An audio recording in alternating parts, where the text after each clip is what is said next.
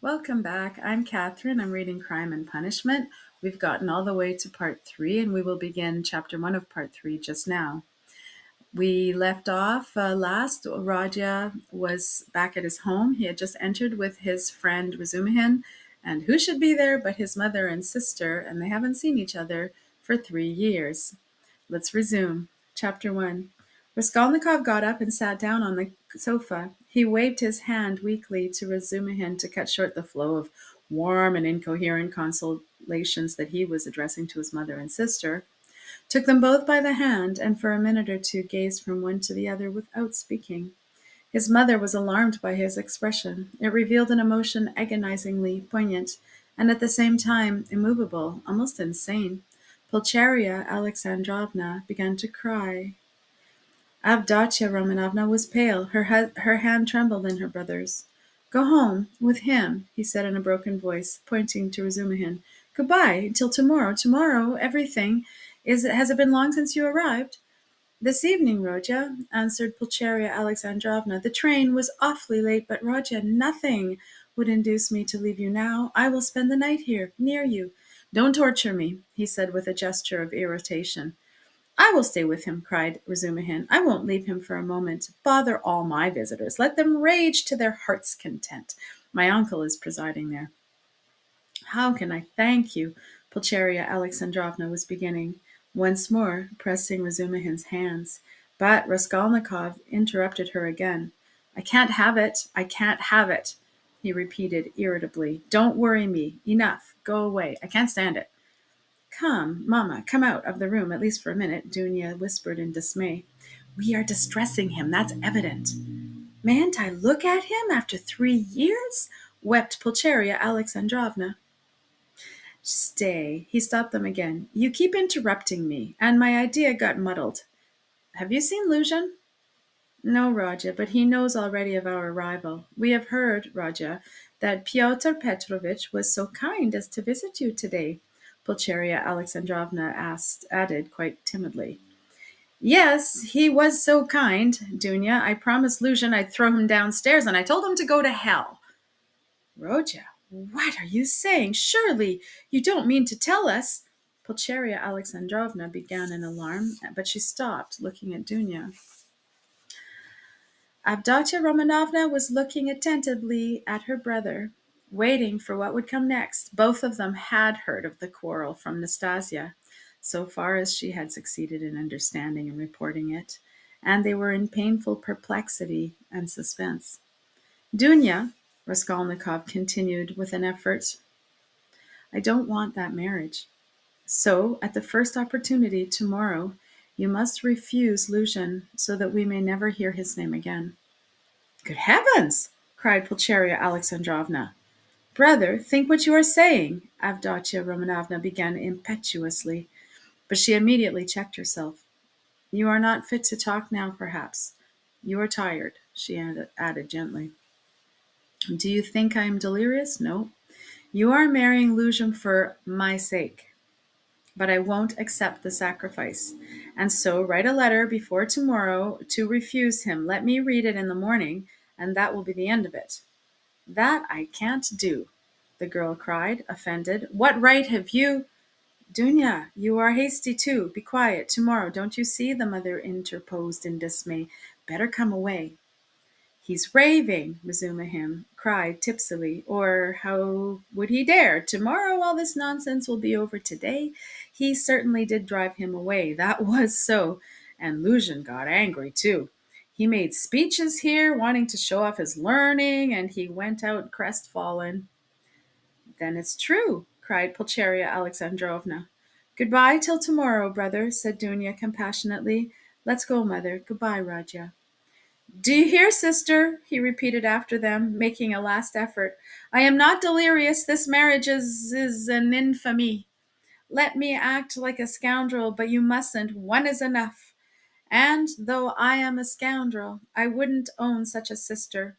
It's me or Luzhin. Go now." "But you're out of your mind, despot!" roared Razumihin, but Raskolnikov did not and perhaps could not answer. He lay down on the sofa and turned to the wall, utterly exhausted.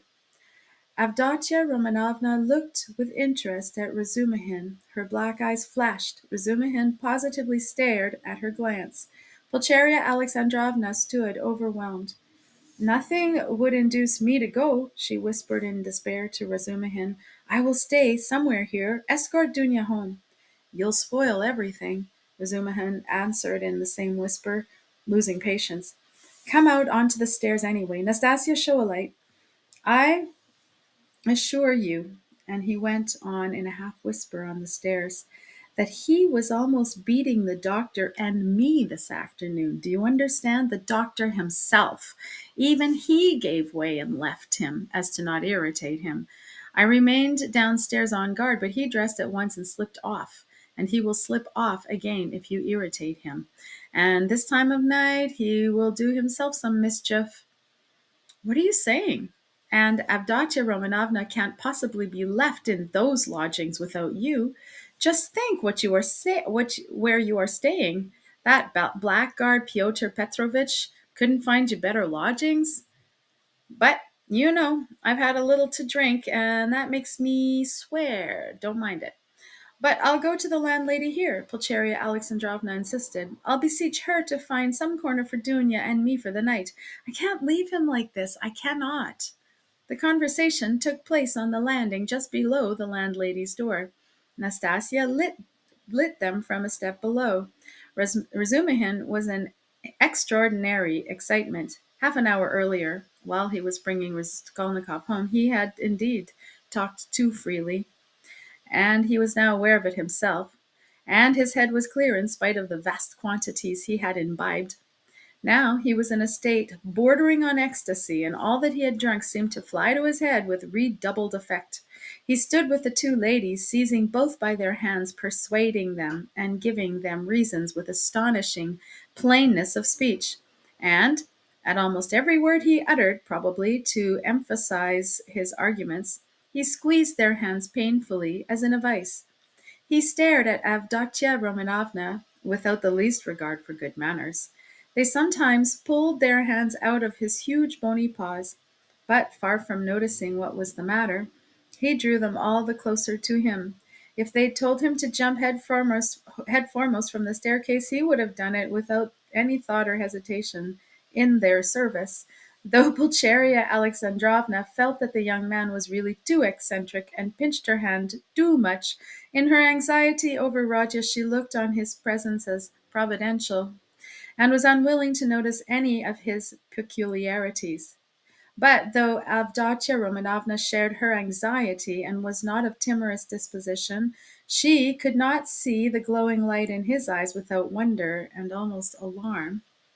It was only the unbounded confidence inspired by Nastasia's account of her brother's queer friend which prevented her from trying to run away from him, and to persuade her mother to do the same. She realized, too, that even running away was perhaps impossible now. 10 minutes later, however, she was considerably reassured. It was the characteristic of Razumihin that he showed his true nature at once, whatever mood he might be in, so that people quickly saw the sort of man that they had to deal with. "You can't go to the landlady. That's perfect nonsense," he cried. "If you stay, though you are his mother, you'll drive him to a frenzy. And then, goodness knows what will happen. Listen, I'll tell you what I'll do. Nastasia will stay with him now, and I'll conduct you both home. You can't be in the streets alone. Petersburg is an awful place in that way. But no matter. Then I'll run straight back here, and a quarter of an hour later, on my word of honor, I'll bring you news how he is, whether he is asleep and all that. Then listen, I'll run home in a twinkling. I've lots of friends there, all drunk. I'll fetch Zossimov. That's the doctor who is looking after him. And if he is there too, but if he is not drunk, he is not drunk. If he is not drunk, he is not drunk, and he is never drunk. I'll drag him to Rodya and then to you, so that you'll get two reports in the hour from the doctor, you understand. From the doctor himself. That's a very different thing than from my account of him. If anything is wrong, I swear I'll bring you here myself. But if it's all right, you go to bed. And I'll spend the night here in the passage. He won't hear me, and I'll tell Zossimov to sleep at the landlady's to be at hand. Which is better for him, you or the doctor? So come home now, then. But the landlady is out of the question. It's all right for me, but it's out of the question for you. She wouldn't take you, for she's a fool. She'd be jealous on my account of Avdotya Romanovna, and of you too. If you want to know of Avdotya Romanovna, certainly. She is an absolutely unaccountable character. But I am a fool too, no matter. Come along. Do you trust me? Come. Do you trust me or not? Let us go, mother, said Avdotya Romanovna. He will certainly do what he has promised. He has saved Rodya already, and if the doctor really will consent to spend the night here, what could be better? You see, you understand me, because you are an angel, Razumihin cried in ecstasy. Let us go, Nastasia. Fly upstairs and sit with him with a light.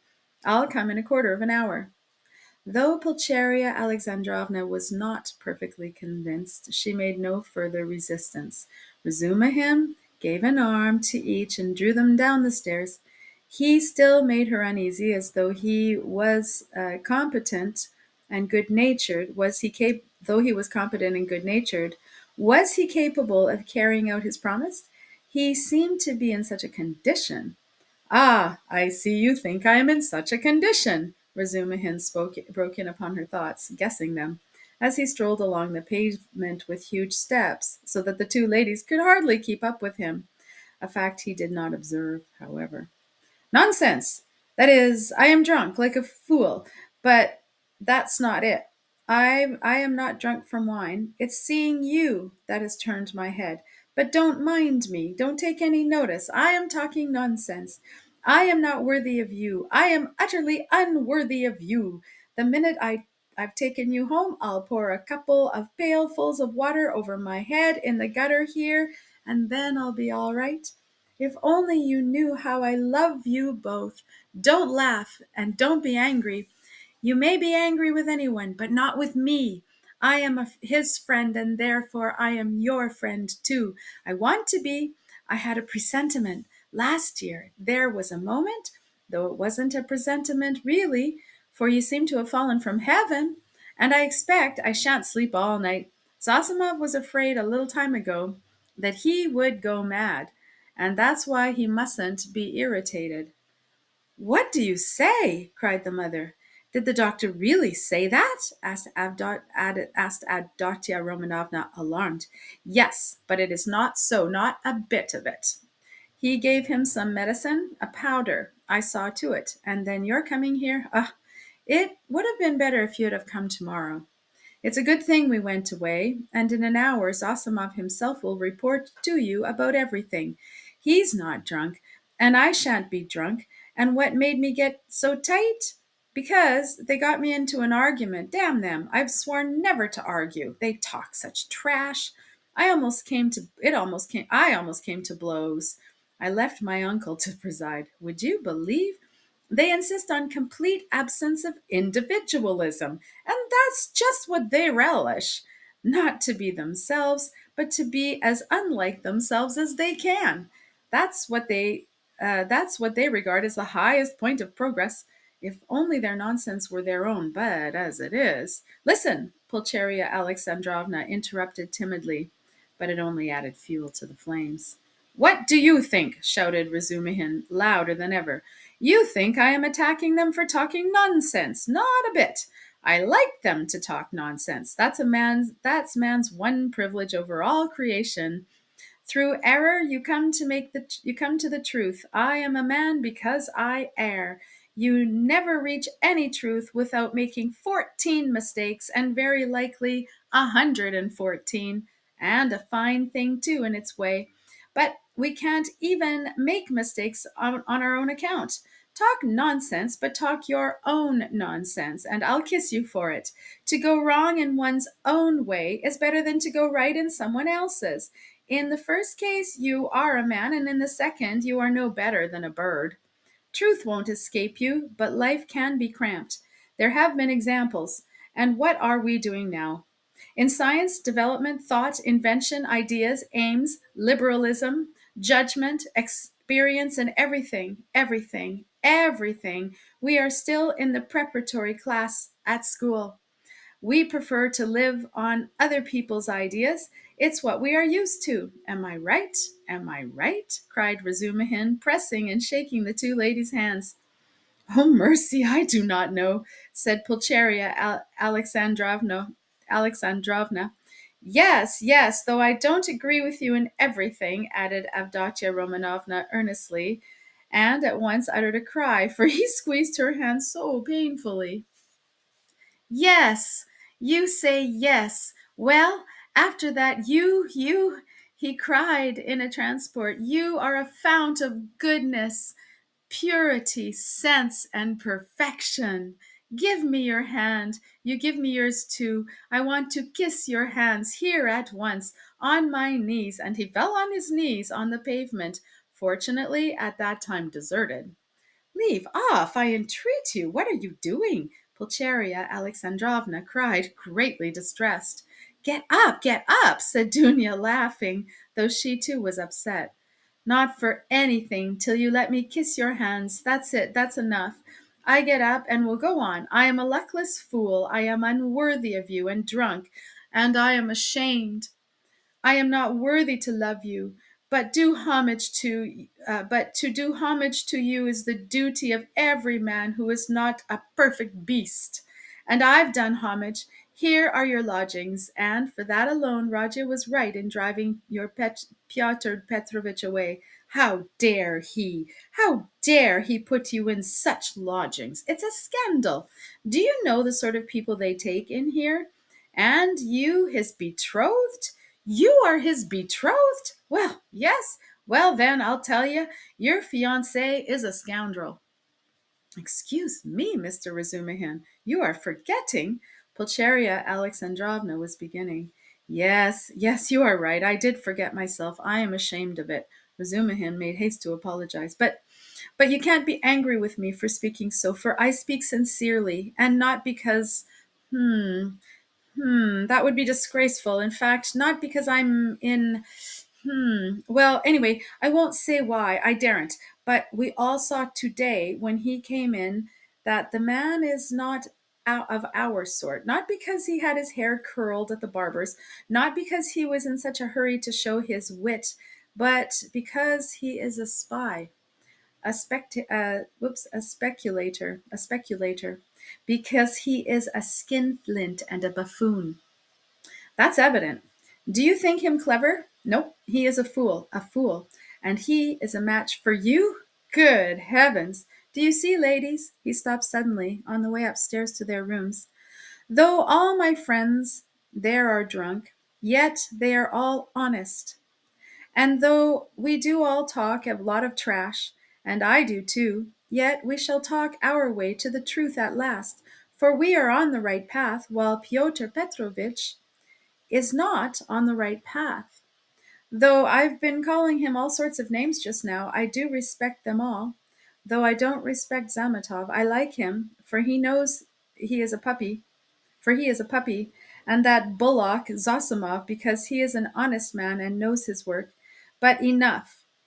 It's all said and forgiven. Is it forgiven? Well, then, let's go on. I know this corridor. I've been here before. There was a scandal here at number 3. Where are you there? Where are you here? Which number? 8? Well, lock yourselves in for the night then. Don't let anybody in. In a quarter of an hour I'll come back with the news, and half an hour later I'll bring Zossimov. You'll see. Goodbye. I'll run. Good heavens, Dounia! What is going to happen? Said Pulcheria Alexandrovna, addressing her daughter with anxiety and dismay. Don't worry yourself, mother, said Dounia, taking off her hat and cape. God has sent this gentleman to our aid, and he has come from a drinking party. We can depend on him, I assure you. And all that he has done for Rodya?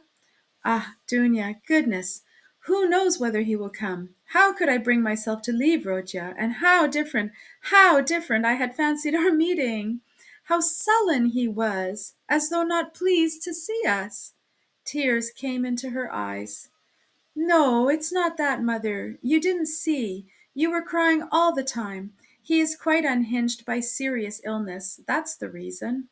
Ah, that illness. What will happen? What will happen?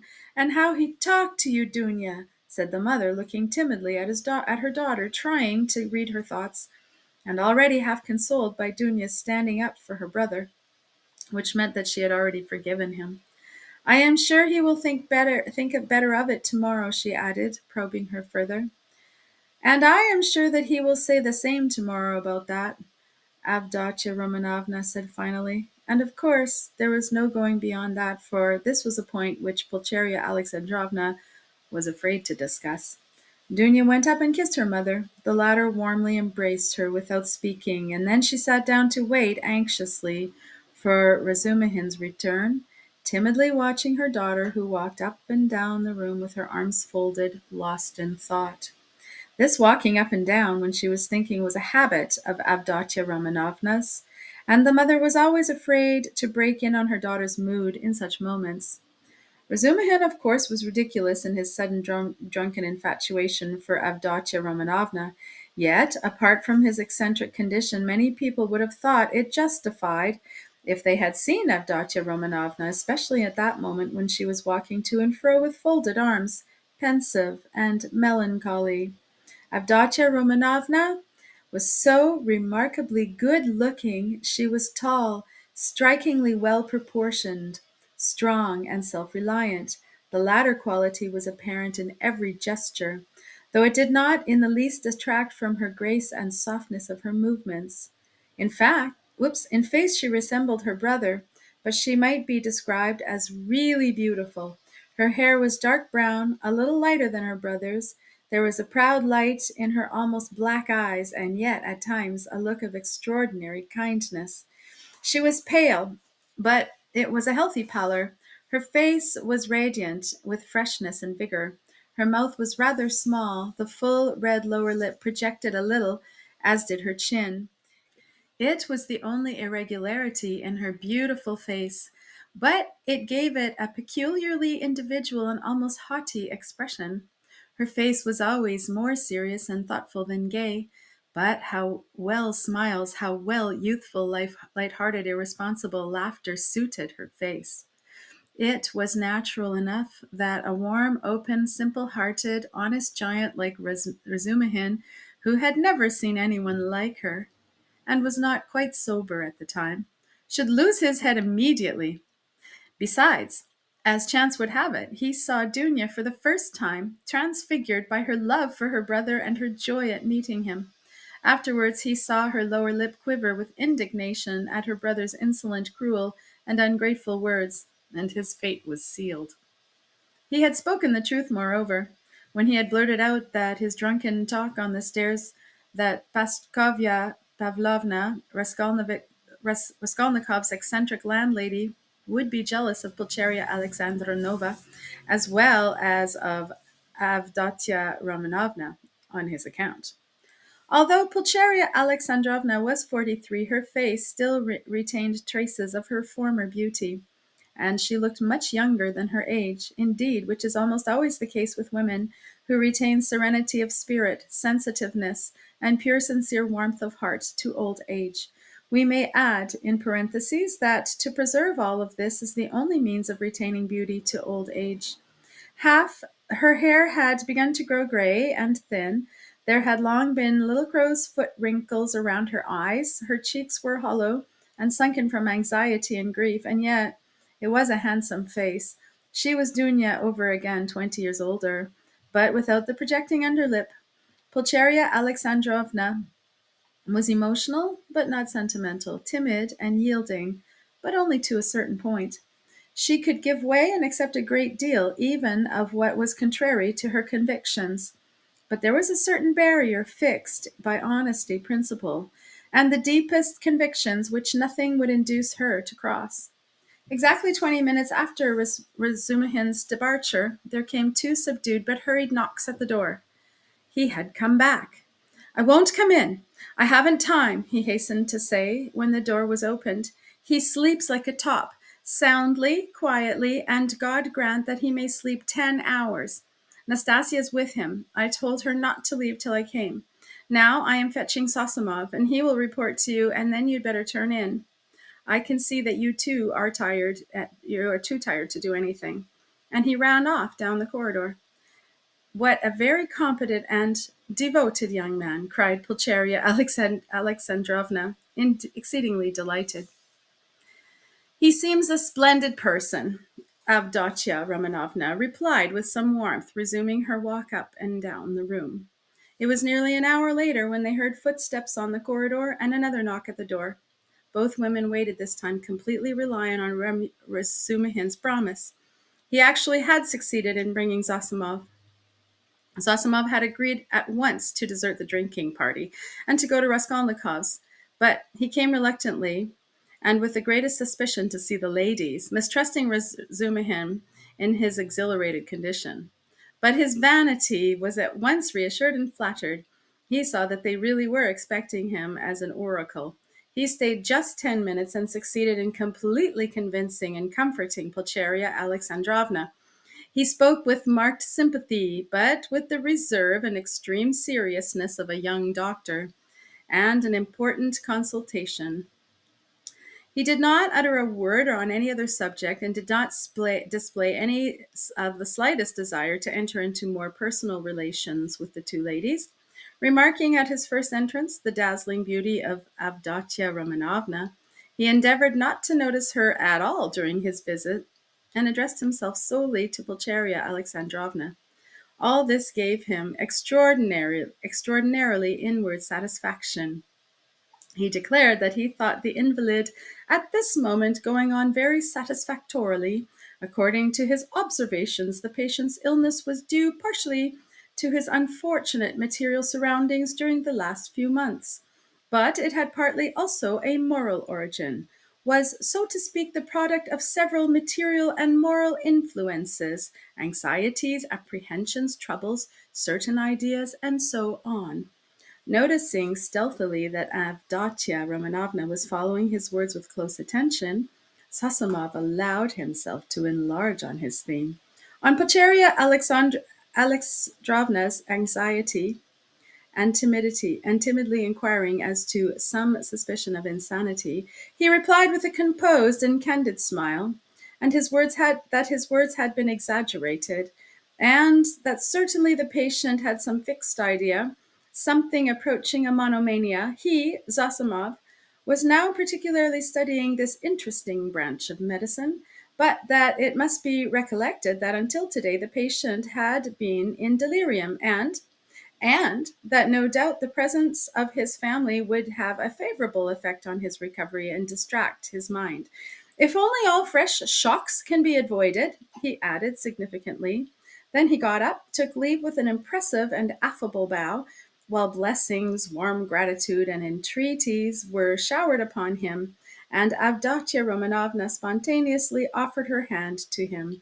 He went out exceedingly pleased with his visit, still more so with himself. "We'll talk tomorrow. Go to bed at once," Razumihin said in conclusion, following Zossimov out. "I'll be with you tomorrow morning as early as possible with my report." "That's a fetching little girl, Avdotya Romanovna," remarked Zossimov, almost licking his lips as they both came out into the street. "Fetching? You said fetching?" roared Razumihin, and he flew at Zossimov and seized him by the throat. "If you ever dare! Do you understand? Do you understand?" he shouted, shaking him by the collar and squeezing him against the wall. "Do you hear?" "Let me go, you drunken devil," said Zossimov, struggling, and when he had let him go, he stared at him and went off into a sudden guffaw. Razumihin stood facing him in a gloomy and earnest reflection. "Of course, I am an ass," he observed, somber as a storm cloud, "but still, you are another." "No, brother, not at all such another. I am not dreaming of any folly." They walked along in silence, and only when they were close to Raskolnikov's lodging, Razumihin broke the silence in considerable anxiety. "Listen," he said, "you're a first-rate fellow, but among your other failings, you're a loose fish. That I know, and a dirty one, too. You are a feeble, nervous wretch, and a mass of whims. You're getting fat and lazy, and can't deny yourself anything. And I call that dirty because it leads one straight into the dirt. You've let yourself get so slack that I don't know how it is that you are still a good, even devoted doctor. You, a doctor, sleep on a feather bed and get up at night to your patients. In another 3 or 4 years, you won't get up for your patients. But hang it all, that's not the point. You are going to spend tonight in the landlady's flat here. Hard work, I've had to persuade her, and I'll be in the kitchen, so there's a chance for you to get to know her better. It's not as you think. There's not a trace of anything of the sort, brother. But I don't think. Here you have modesty, brother, silence, bashfulness, and a savage virtue. And yet she's sighing and melting like wax, simply melting. Save me from her. By all that's unholy. She's most prepossessing. I'll repay you. I'll do anything. Zossimov laughed more violently than ever. Well, you are smitten. But what am I to do with her? It won't be much trouble, I assure you. Talk any rot you like at her to her as long as you sit by her and talk. You're a doctor, too. Try curing her of something. I swear you won't regret it. She has a piano, and I strum a little. I have a song there, a genuine Russian one. I shed hot tears. She likes the genuine article. And, well, it all began with that song. Now you're a regular performer, a maître, a Rubinstein. I assure you, you won't regret it. But have you made her some promise, something signed? A promise of marriage, perhaps? Nothing, nothing, absolutely nothing of the kind. Besides, she is not that sort at all. Chebarov tried that. Well, then, drop her. But I can't drop her like that. Why can't you? Well, I can't, that's about it. There's an element of attraction here, brother. Then why have you fascinated her? I haven't fascinated her. Perhaps I was fascinated myself in my folly. But she won't care a straw whether it's you or I, so long as somebody sits beside her sighing. I can't explain the position, brother. Look, here. You are good at mathematics and working at it now. Begin teaching her the integral calculus. Upon my soul, I'm not joking. I'm in earnest. It'll be just the same to her. She will gaze at you and sigh for a whole year together. I talked to her once for 2 days at that time about the Prussian House of Lords, for one must talk of something. And she just sighed and perspired. And you mustn't talk of love. She's bashful to hysterics, but let her see you can't tear yourself away. That's enough. It's fearfully comfortable. You're quite at home. You can read, sit, lie about, write. You may even venture on a kiss if you're careful. But what do I want with her? Ah, I can't make you understand. You see, you are made for each other. I have often been reminded of you.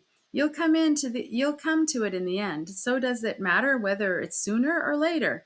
There's the feather bed element here, brother. Ah, and not only that, there's an attraction here. Here you have the end of the world, an anchorage, a quiet haven, a navel of the earth, the three fishes that are the foundation of the world, the essence of pancakes, of savory fish pies, of the evening samovar, of soft sighs and warm shawls and hot stoves to sleep on, as snug as though you were dead and yet you're alive, the advantages of both at once. Well, hang it, brother. What stuff I'm talking. It's bedtime. Listen, I sometimes wake up at night, so I'll go in and look at him. But there's no need. It's all right. Don't you worry yourself. Yet, if you like, you might just look in once, too. But if you prefer anything, if you notice anything, delirium or fever, wake me at once. But there can't be.